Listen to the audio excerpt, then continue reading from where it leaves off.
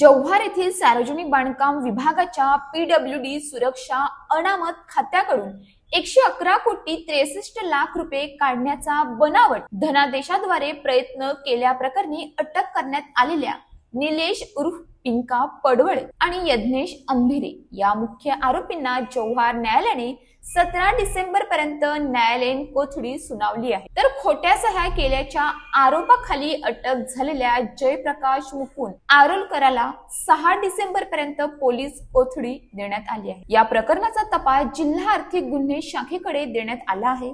यापूर्वीही काही ठेकेदारांनी अशा प्रकारे पीडब्ल्यूडीच्या सुरक्षा अनामत खात्यातून रक्कम काढल्याचे आरोप आहेत। त्यामुळे या घोटाळ्याचा खरा मुख्य सूत्रधार अजूनही मोकाट फिरत आहे का, अशी चर्चा स्थानिक स्तरावर वेग घेत आहे। मुख्य सूत्रधाराचा शोध घेणे अत्यावश्यक असल्याचेही नागरिकातून मत व्यक्त होत आहे। सरकारी वकिलांनी न्यायालयात आरोपींकडून मोबाईल, लॅपटॉप जप्त करणे, इतर आरोपींना अटक करणे आणि सह्यांचे नमुने हस्तांतर तज्ञांकडून तपासणे आवश्यक असल्याचे सांगितले।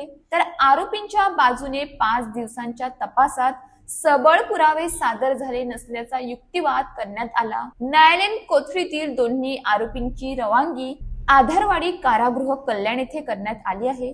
दरम्यान आरोपींच्या बाजूने दाखल केलेल्या जामीन अर्जावर पोलिसांचे लेखी म्हणणे आल्यानंतर पुढील सुनावणी होणार आहे।